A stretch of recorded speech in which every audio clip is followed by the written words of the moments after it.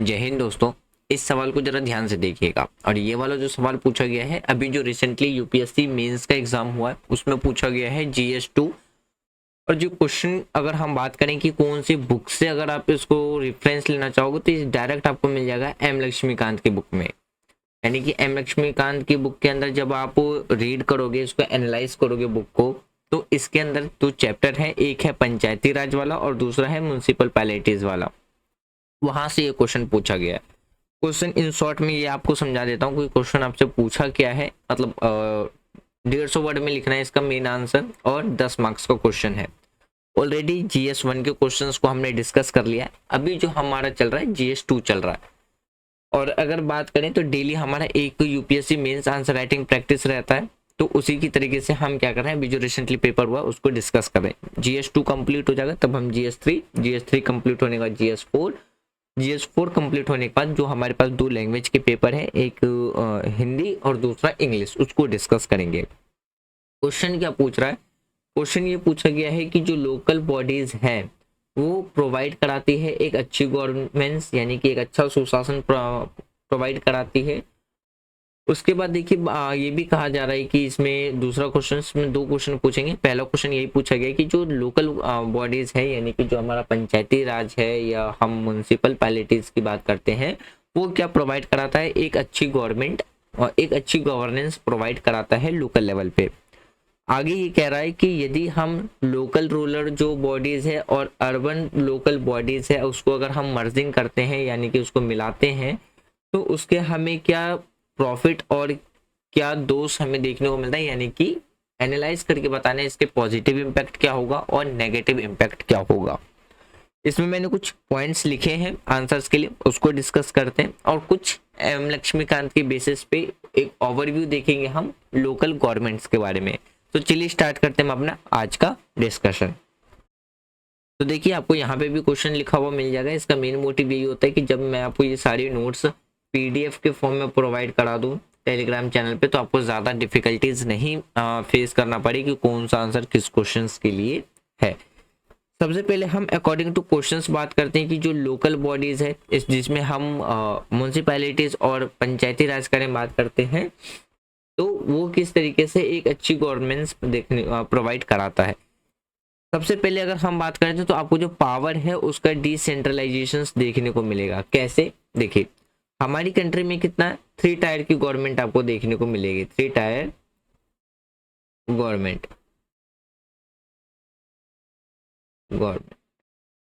कैसे? सबसे पहले आपको क्या देखने को मिलेगा? सेंट्रल लेवल पे गवर्नमेंट देखने को मिल जाएगा। दूसरा आपको स्टेट लेवल पे गवर्नमेंट देखने को मिल जाएगा। और तीसरा जो लोकल लेवल पे आया था जिसमें 73rd कॉन्स्टिट्यूशन अमेंडमेंट एक्ट करके हमने 3rd टायर की गवर्नमेंट ऐड करी थी लोकल लेवल पे। तो आज के टाइम पे हमारी कंट्री में क्या है, आपको 3 टायर की गवर्नमेंट नजर आएगी। तो अगर हम डिसेंट्रलाइजेशन पावर की बात करते हैं तो इसमें लोकल लेवल तक में आपको क्या है, एक डेमोक्रेसी आपको देखने को मिलेगी। लोकल लेवल तक यानी कि ग्राउंड लेवल तक क्या है, डेमोक्रेसी। रीजन क्या होता है कि अगर हम लोकल लेवल पे भी अगर रिप्रेजेंटेटिव की बात करें, वो इलेक्टेड होते हैं किसके द्वारा? बाय द पीपल्स के द्वारा ही क्या है, वो चुने जाते हैं। इसीलिए क्या होते हैं, वो इलेक्टेड होते हैं और हम कहते हैं कि ग्राउंड लेवल पे डेमोक्रेसी है। ये बात रखी गई है आर्टिकल 243 में। तो देखिए लोकल बॉडी की बात करते हैं, जैसे हमारे पास पंचायती राज है रूरल एरिया में और अर्बन एरिया में आपको म्युनिसिपल पैलेटिव आपको देखने को मिलेगा। तो ये इस चीज को इंश्योर करते हैं कि जो पावर है वो क्या है, ग्राउंड लेवल तक क्या है उसको पहुंचाई जा सके। ये ही चीज रखा गया आर्टिकल 243 के अंदर में। उसके बाद देखिए पार्टिसिपेशन इन गवर्नमेंट्स की बात करते हैं, तो इसमें जो सरकार है उसकी जो भागीदारी है, शासन की जो भागीदारी है वो प्रमोट होती है एक तरीके से। कैसे? इसमें इनकरेज किया जाता है जो भी पब्लिक पार्टिसिपेशन है वो आपको देखने को मिल जाएगा। तो जिसमें सारे सिटीजन्स को अलाउ किया जाता है कि वो क्या कर सकते हैं, वॉइस देयर कंसर्न्स डायरेक्टली, वो अपनी आवाज को, यानी कि जिससे जो सिटीजन्स हैं वो अपनी चिंताओं को सीधे, यानी कि जो भी उनके प्रॉब्लम्स हैं या जो भी उनके इशू हैं उनको डायरेक्ट वो क्या कर सकते हैं, रिप्रेजेंट कर सकते हैं। इस बात की उन्हें क्या मिल जाती है, परमिशन मिल जाती है। Effective delivery of service, effective delivery services का मतलब है कि जो सर्विसेज हैं लोगों की, लोगों के लिए वो क्या है डायरेक्टली उन तक पहुंचाई जा सकती है। तो लोकल बॉडीज क्या करती है, प्रोवाइड कराती है जो भी इनिशियल सर्विसेज होती हैं, जैसे वाटर हो गया, सैनिटाइजेशन हो गया, एजुकेशन हो गया। तो इन सब चीज़ों की जो सर्विसेज होती हैं उसको इफेक्टिव तरीके से ग्राउंड लेवल पे क्या किया जा सके, प्रोवाइड कराया जा सके, उसमें भी एक इम्पॉर्टेंट कंट्रीब्यूशन रोल प्ले करता है हमारी लोकल जो गवर्नमेंट्स होती हैं, लोकल अथॉरिटीज, वो बहुत इंपॉर्टेंट रोल प्ले करती है। उसके बाद देखिए आपको एक अकाउंटेबिलिटी भी आपको देखने को मिलेगा। तो जो इलेक्टेड रिप्रेजेंटेटिव होते हैं, यानी कि अगर हम लोकल लेवल पे बात करें तो वहाँ पे भी जो लोग पीपल्स चुन के आते हैं वो डायरेक्ट और इनडायरेक्ट दोनों ही क्या होते हैं, चुन करके आते हैं। तो इसीलिए जो इलेक्टिव रिप्रेजेंटेटिव होते हैं लोकल बॉडीज की, तो वो क्या रहते हैं, पब्लिक के लिए अकाउंटेबिलिटी रहते हैं, उनके पास अकाउंटेबल रहते हैं वो लोकल पॉपुलेशंस के लिए। मान लीजिए राजस्थान के एक गांव में इलेक्शन हुआ लोकल लेवल पे, ग्रामीण क्षेत्र पे, तो वहां पे जो भी सरपंच जीत के आएगा, जो पार्टी जीत करके आएगी, वो क्या करेगी, उस लोकल पॉपुलेशन के पास जो भी इशू है, जो भी प्रॉब्लम है, उस पर क्या करेगी, वो वर्क करेगी, यानी कि उनको प्रॉपरली सर्विस पहुंचाए, प्रोवाइड कराएगी, ताकि हर एक पीपल्स तक रिसोर्सेज पहुंचता रहे। दूसरा क्या होगा, वो अपने लोकल पॉपुलेशंस के लिए क्या रखेगा, अकाउंटेबल रखेगा। क्यों? क्योंकि वो बाय द पीपल्स इलेक्टेड होकर के आया है। तो जिसकी वजह से वो ये इंश्योर हो जाता है कि बेटर रिस्पॉन्सिबिलिटीनेस आपको देखने को मिलेगा। उसके बाद देखिए हम बात करते हैं कि यदि जो अर्बन एरिया है और जो रूरल एरिया की जो लोकल बॉडीज है, अगर हम उसको मर्जिंग करते हैं तो उसके क्या हमें प्रॉन्स यानी कि पक्ष और विपक्ष देखने को मिलेगा, यानी कि पक्ष में भी बात रखनी है, विपक्ष में भी बात रखनी है। सबसे पहले हम फेवर की बात करते हैं, क्या देखने को मिलेगा, किस फेवर से ऐसा होना चाहिए। तो सबसे पहले आपको देखने को मिलेगा इंटीग्रेटेड डेवलपमेंट। इंटीग्रेटेड डेवलपमेंट का मतलब है एकत्रित विकास आपको देखने को मिलेगा। यदि हम लोकल बॉडीज के यानी कि रूरल लोकल बॉडीज और अर्बन लोकल बॉडीज को अगर हम मर्ज कर देते हैं तो हमें ये इंश्योर देखने को मिल जाएगा कि जो इंफॉर्मेशन है, जो यूनिफॉर्म इंफ्रास्ट्रक्चर है और जो सर्विस है वो अक्रॉस हर एक रीजन, यानी कि हर एक एरिया हमें देखने को मिल जाएगा, जिसमें हम रिड्यूस कर सकेंगे जो रूरल और अर्बन गैप्स है। आपको आज अगर आप सोसाइटी में भी एनालाइज करोगे तो रूरल एरिया और वर्सेस अर्बन एरिया, इनमें आपको क्या है, काफी ज्यादा गैप देखने को मिल जाएगा। हर एक एजुकेशन लेवल पे आपको गैप देखने को मिल जाएगा, लिविंग स्टैंडर्ड के बेसिस पे गैप देखने को मिल जाएगा, एम्प्लॉयमेंट के बेसिस पे गैप देखने को मिल जाएगा, हेल्थ सेक्टर में गैप देखने को मिल जाएगा। तो कहीं ना कहीं जो अर्बन एरिया है वो काफी ज्यादा पीछे रह गया है किससे, रूरल एरिया से। सॉरी, मतलब जो रूरल एरिया है वो काफी ज्यादा क्या रह गया, पीछे रह गया है किससे, अर्बन एरिया से, इंफ्रास्ट्रक्चर के मैटर में।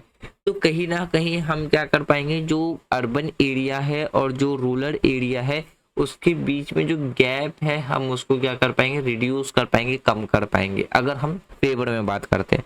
फिर जो भी हमारे पास रिसोर्सेस है उसका हम ऑप्टिमाइजेशन कर सकते हैं, यानी कि उसको सही तरीके से यूज कर सकते हैं। जैसे कि जो पोलिंग ऑफ फंड्स है या जो एक्सपर्टीज है लीड, उसमें हम क्या देख सकते, हम क्या कर सकते हैं, उसमें बेटर मैनेजमेंट कर सकते हैं जो भी रिसोर्सेस है, यानी कि जो हमारे पास धन है, विशेषज्ञता है, उसको एकत्र करके कलेक्ट करके हम अपने रिसोर्सेज का सही तरीके से क्या कर सकते हैं, यूज कर सकते हैं। अब देखते हैं कुछ विपक्ष में, अगेंस्ट में।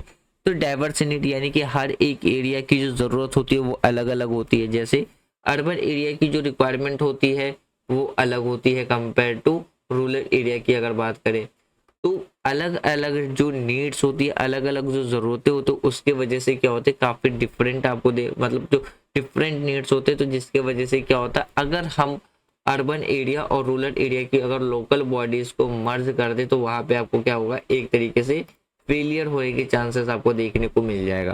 क्यों? क्योंकि भाई रिक्वायरमेंट ही क्या है, अलग अलग है, इस वजह से।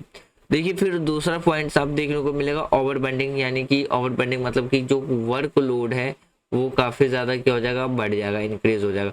यदि हम मान लीजिए कि जो गवर्नमेंट स्ट्रक्चर्स हैं या हम मेकिंग देम एफिशिएंट की बात करते हैं, यानी कि रूरल एरिया और अर्बन एरिया की लोकल बॉडीज़ को अगर हम मर्ज कर देना तो हमें क्या देखने को मिलेगा कि जो लोकल गवर्नमेंट होते हैं उनके ऊपर जो ओवर बर्डन ज़्यादा पड़ जाएगा, यानी कि काम का प्रेशर ज़्यादा बढ़ जाएगा। तो ये आपको कुछ नेगेटिव पॉइंट्स आपको देखने को मिलेगा।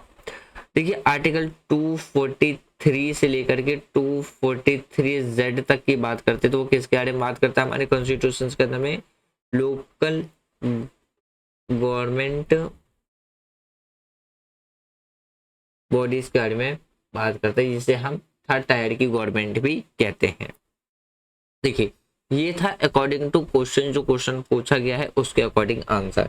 अब हम थोड़ा सा एक ओवरव्यू डिस्कस कर लेते हैं पंचायती राज सिस्टम के बारे में एम लक्ष्मीकांत के बेस पे और म्युनिसिपल पार्टीज की बेसिस पे। इससे आपको क्या है, क्विकली रिवाइज हो जाएगा, क्योंकि ये एनसीईआरटी में भी है और स्टैंडर्ड बुक में भी आपको देखने को मिलेगा। 6th क्लास के एनसीईआरटी में आपको मिल जाएगा पंचायती राज के बारे में पढ़ने के लिए, तो बेसिक ही यहीं से आपको मिल जाएगा, तो पता चल जाएगा कितना इंपॉर्टेंट है।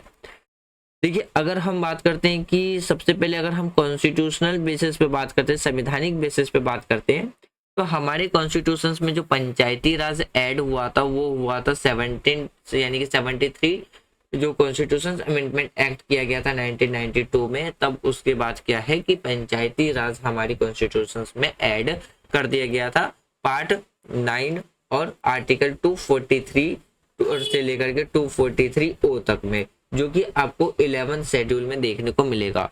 तो पंचायती राज जो है आज के टाइम पे वो आपको 3 टायर स्ट्रक्चर्स पे देखने को मिलेगा, यानी कि ग्राम पंचायत जिसे हम ये आपको कहाँ पे ग्रामीण क्षेत्र पे विलेज लेवल पे देखने को मिलेगा। दूसरा है पंचायत समिति जो कि आपको ब्लॉक लेवल पे नजर आएगा, और तीसरा आपको नजर आएगा जिला परिषद जो कि आपको डिस्ट्रिक्ट लेवल पे नजर आएगा। यानी कि जो 3 टायर पंचायत है वो आपको 3 स्तर पर नजर आएगा। इसमें अगर हम इलेक्शंस की बात करते हैं तो वो डायरेक्ट इलेक्शंस होते हैं, यानी कि जो मेंबर्स ऑफ ग्राम पंचायत होते हैं वो डायरेक्टली इलेक्ट किए जाते हैं, डायरेक्टली पीपल्स के द्वारा ही चुने जाते हैं। और इंटरमीडिएट्स या हम डिस्ट्रिक्ट लेवल पे बात करते हैं, जो मेंबर्स होते हैं वो डायरेक्टली और इनडायरेक्टली क्या किए जाते हैं, इलेक्ट किए जाते हैं। फिर देखिए अगर हम रिप्रेजेंटेशन ऑफ सीट्स की बात करते हैं तो पंचायती राज सिस्टम में ये आप इन शॉर्ट कहिए कि जो लोकल बॉडीज है हमारी कंट्रीज के अंदर में अर्बन एरिया और रूरल एरिया में, तो उसमें क्या है वुमेन के लिए, शेड्यूल कास्ट के लिए और शेड्यूल ट्राइब्स के लिए आपको क्या देखने को मिल जाएगा, 33% सीट आपको रिजर्व देखने को मिल जाएगा। फिर देखिए अगर हम डिवोल्यूशन ऑफ पावर की बात करते हैं तो पंचायती राज क्या करता है, इंटायर्स करता है, पार्टिसिपेशंस करता है किसमें, वो प्लान्स के लिए इम्प्लीमेंटेशंस करता है, जो भी स्कीम्स होती है इकोनॉमिक डेवलपमेंट के लिए या सोशल जस्टिस के लिए, जो भी हमारे 11 शेड्यूल में है।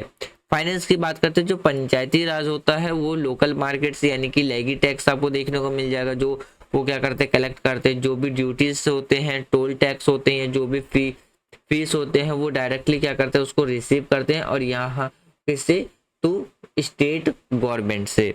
तो स्टेट का जो होता है वही कंट्रोल करता है अपने पंचायत के फंक्शंस को, और जो सुपरविजन आपको देखने को मिलेगा वो कौन देखने को मिलेगा, किसका देखने को मिलेगा, वो स्टेट गवर्नमेंट का देखने को मिलेगा। यही चीज अगर हम म्युनिसिपल पार्टीज की बात करते हैं तो ये भी किस में ऐड किया गया था, 74th कॉन्स्टिट्यूशन अमेंडमेंट एक्ट 1992 में ऐड करके हमारी कंट्री के अंदर में क्या है, म्युनिसिपल पार्टीज इस्टेब्लिश किया गया था। कॉन्स्टिट्यूशन पार्ट 9A, जिस पार्ट के आगे A, B, C नजर आ जाए तो समझ लीजिए कि उसको कॉन्स्टिट्यूशन अमेंडमेंट एक्ट करके क्या है, ऐड किया गया है। तो जो म्युनिसिपल पार्टीज है वो आपको आर्टिकल 243P से लेकर के 243ZZ तक आपको देखने को मिल जाएगा इन 12 शेड्यूल, पार्ट 9A 12 शेड्यूल, और पंचायती राज के में था यहाँ पे 11 शेड्यूल आपको देखने को मिलेगा। जिस तरीके से जो म्युनिसिपल पार्टीज जो पंचायती राज सिस्टम 3 टायर्स में था, उसी तरीके से आपको अर्बन लोकल बॉडीज भी 3 टायर्स में देखने को मिलेगा। नगर पंचायत जो कि आपको किस में देखने को मिलेगा, रूरल यानी कि अर्बन के जो छोटे एरियाज होते हैं ट्रांजिशनिंग में देखने को मिलेगा। फिर आता है म्युनिसिपल कॉर्पोरेशन जो कि स्मॉलर अर्बन एरिया में देखने को मिलेगा। उसके बाद आता है म्युनिसिपल कोऑपरेशन, जो कि लार्ज सिटी में आपको देखने को मिलेगा। देखिए इसमें अगर हम मेंबर्स की बात करते हैं, म्युनिसिपल पार्टीज के मेंबर्स की, वो डायरेक्टली इलेक्ट होते हैं, किसके द्वारा, पीपल्स के द्वारा। रिजर्वेशन सीट सिमिलरली पंचायती राज की ही तरह देखने को इसमें मिल जाएगा कि जो शेड्यूल कास्ट होते हैं, शेड्यूल ट्राइब्स होते हैं, ये जो वुमेन्स होते हैं, उनके लिए क्या है 33% सीट्स आपको रिजर्वेशन देखने को मिल जाएगा, या जो 1/3 सीट्स हैं वो रिजर्वेशन देखने को मिलेगा। म्युनिसिपल पार्टीज अर्बन एरिया के अंदर planning, water supply, sanitization, public health, जो स्लम इम्प्रूवमेंट होते हैं, तो जो भी 12th शेड्यूल के अंदर जो लिस्टेड हैं, जो भी मेंशन है, उसके अकॉर्डिंग क्या करती है म्युनिसिपल पार्टीज, उस पर काम करती है। फाइनेंस की बात करते हैं तो उसी तरीके से वो टैक्स इम्पोज करती है या वो रिसीव करती है जो भी फंड्स होते हैं, किससे, स्टेट या सेंट्रल गवर्नमेंट से। स्टेट कंट्रोलर की बात करते हैं, जो अर्बन लोकल बॉडीज होती हैं, जो उनके फंक्शंस होते हैं, वो किसके अंडर में होती है, स्टेट सुपरविजन के अंदर आपको देखने को मिलेगा, जो कि वेरीफाइंग की जाती है डिग्रीज ऑफ द ऑटोनॉमी, आपको देखने को मिल जाएगा। तो ये था कुछ basic information on the basis of M Laxmikanth Indian polity के। तो मैं उम्मीद करता हूँ कि आज जो भी आंसर हमने डिस्कस किया वो आपको पसंद आया होगा, यानी कि आपको लगता है कि और भी कुछ इंपॉर्टेंट पॉइंट्स होने चाहिए, आप बिल्कुल कमेंट बॉक्स में बता सकते हैं। कमेंट बॉक्स ओपन है। वीडियो के रिगार्डिंग में कोई सजेशन देना है वो भी दे सकते हैं, कमेंट बॉक्स ओपन है। और यदि वीडियो पसंद आ रही है तो आप वीडियो को लाइक कर सकते हैं, शेयर कर सकते हैं, चैनल को सब्सक्राइब कर सकते हैं। Thanks for watching friend, take care, जय हिंद।